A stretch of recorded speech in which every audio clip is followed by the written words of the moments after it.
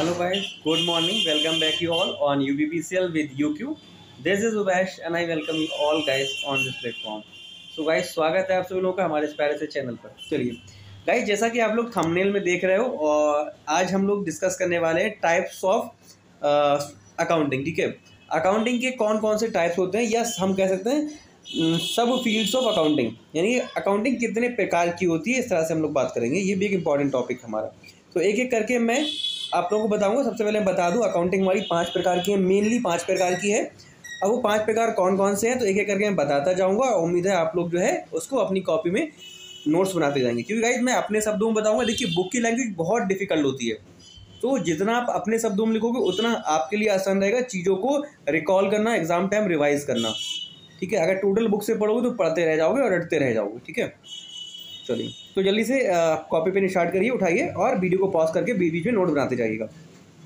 सबसे पहले हम लोग बात करते हैं फाइनेंशियल अकाउंटिंग। ठीक है, फाइनेंशियल अकाउंटिंग क्या होती है? देखिए, इसका मेन मोटिव होता है to record the business transaction in a systematic manner to ascertain the profit और loss of the accounting period. देखिए, फाइनेंशियल अकाउंटिंग ऐसी अकाउंटिंग है जिसका मोटिव ये है कि बिजनेस में होने वाले सभी ट्रांजेक्शनों को एक सिस्टमैटिक वे में रिकॉर्ड करना, ताकि एक निश्चित तिथि पर व्यवसाय में होने वाले लाभ अथवा हानि का पता लगाया जा सके। ठीक है, तो कुल मिला के हम कह सकते हैं फाइनेंशियल अकाउंटिंग का काम क्या है? व्यवसाय में होने वाले ट्रांजेक्शनों को सिस्टमेटिक वे में रिकॉर्ड करना, ताकि हम लोग प्रॉफिट लॉस का पता लगा सकें। सिस्टम ईजी है। दूसरा है हमारा कॉस्ट अकाउंटिंग। तो कॉस्ट अकाउंटिंग क्यों की जाती है? देखिए, हमारे बिजनेस में हम तरह तरह के प्रोडक्ट्स को बनाते हैं, फिर उनको बेचते हैं। तो कॉस्ट अकाउंटिंग का यूज़ किया जाता है हमारे मैन्युफैक्चरर के द्वारा, इनके बिजनेसमैन के द्वारा, टू नो द या to ascertain the cost per unit और कॉस्ट ऑफ गुड सोल्ड। हमने जो माल बेचा या जो माल हमने बनाया है, उस माल को बनाने में कितनी लागत आई थी। ठीक है, टोटल कॉस्ट भी हम निकालते हैं और पर यूनिट कितनी कॉस्ट आई है। सपोज करो हमने किसी चीज़ के 1000 यूनिट बनाए, तो टोटल 1000 यूनिट बनाने में कितना खर्चा आया। ठीक है, हमें ये जानना होगा। इसके साथ साथ पर यूनिट कितने का बन रहा है, बिजनेसमैन को ये भी जानना होता है, तभी तो अपनी मार्जिन सेट करके प्रॉफिट बेच पाएगा उसको। ठीक है, तो कॉस्ट अकाउंटिंग का मोटिव क्या है? कॉस्ट ऑफ गुड्स सोल्ड, यानी कि बेचे गए माल की लागत की गणना करना, एवं बनाए गए माल की प्रति यूनिट कॉस्ट को निर्धारित करना। ठीक है, चलिए अगला है हमारा मैनेजमेंट अकाउंटिंग। मैनेजमेंट अकाउंटिंग क्या? देखिए, हमारा अकाउंटेंट ने क्या किया, अकाउंट बना के रख दिए। ठीक है, अब अकाउंट बना के रखेंगे, एक सिस्टमेटिक वे में रखना होता है हमें। ठीक है, अकाउंट हमने जो बनाई है नहीं किसी तरह से बता दिया कि इतना प्रॉफिट हुआ, इतना लॉस हुआ, हमारे अकाउंटेंट का काम खत्म। नहीं, ऐसा नहीं होता है। हमारे अकाउंटेंट पर जिम्मेदारी होती है कि आपने जो भी अकाउंट बनाए हैं उनको इस तरह से बनाइए कि सामने वाला वो उन्हें एक नज़र देखे, उसे पता लग जाए जो भी देखना चाह रहा है। वो प्रॉफिट लॉस देखना चाह रहा है तो प्रॉफिट लॉस देख ले, खर्चे देखना चाह रहा है तो खर्चे देख ले, और जो भी चीज़ वो देखना चाह रहा है उसे एक नज़र में दिख जाए। तो इसको हम लोग बोलते हैं प्रेजेंटेशन ऑफ अकाउंटिंग। तो मैनेजमेंट अकाउंटिंग का काम क्या है? टू प्रेजेंट द ट्रांजेक्शन या to present the accounting in a systematic manner so that the management can take its help in planning and controlling.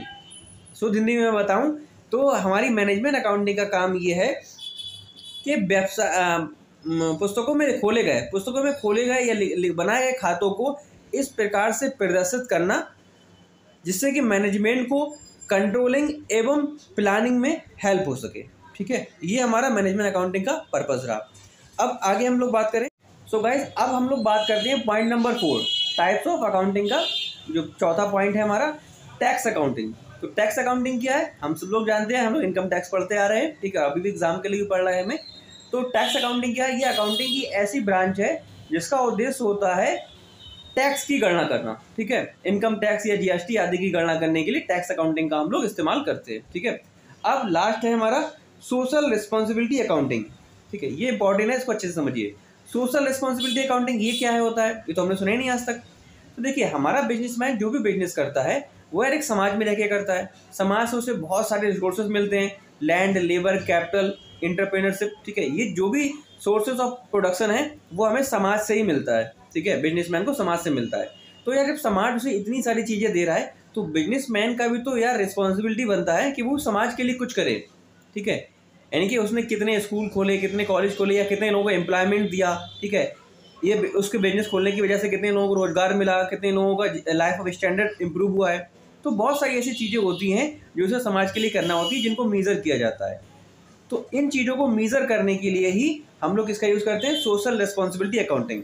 तो अब शुद्ध भाषा में मैं सम अप करके कह सकता हूँ, सोशल रिस्पॉन्सिबिलिटी अकाउंटिंग ऐसी ब्रांच है अकाउंटिंग की जो बिजनेसमैन के उत्तरदायित्व को, उस उत्तरदायित्व को कैलकुलेट करती है जो उसका समाज के प्रति है। यानी कि समाज के प्रति उसका जो उत्तरदायित्व है, इसकी गणना करने के लिए हम लोग सोशल रिस्पॉन्सिबिलिटी अकाउंटिंग का इस्तेमाल करते हैं। आई होप गाइज ये पांचों प्रकार अकाउंटिंग के आपको बहुत अच्छे से क्लियर हुए होंगे। अगर आपको अच्छे से क्लियर, और उम्मीद है आपने नोट्स भी बनाए होंगे।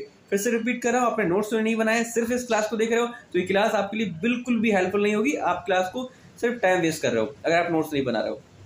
सो उम्मीद है आपने क्लास में एंजॉय किया होगा, क्लास आपको समझ आई होगी। चलिए, जाने से पहले जल्दी से बोलूँगा, अगर वीडियो को लाइक नहीं किया, लाइक कर दो।